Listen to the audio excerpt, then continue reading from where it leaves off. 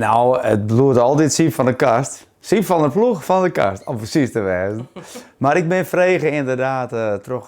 Vorig jaar hebben wij voor Radio 2 hebben wij toen TLO het zien hier verstaan. We hebben een optreden voor Radio 2 en nou, dat was gewoon hartstikke mooi. Ik was zeer vereerd dat ik vregen was om mij te zongen op die opname.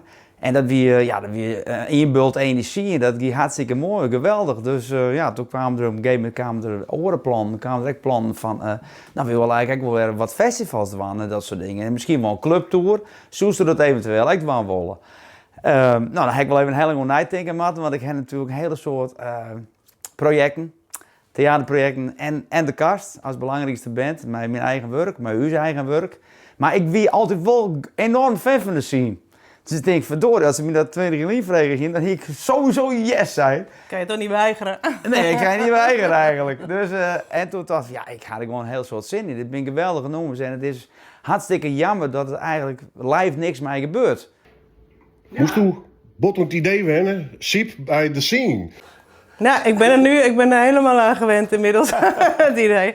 Nou, wij brachten vorig jaar een 2 meter sessieplaat uit, samen met Jan Douwe Kroeske. En dus in die tijd had ik heel veel contact met Jan Douwe. En ik vertelde hem ook van dit project en dat wij van plan waren om te gaan toeren. Maar, en we hadden ter ere van T ook die NPO 2-uitzending had ik al geregeld, maar nog geen zanger. En toen was Jan Douwe eigenlijk degene die zei van, hier is het nummer van Siep, waarom vraag je hem niet? En toen dacht ik, nou ja, dat kan natuurlijk ook. Ja, dus, Nooit getwijfeld.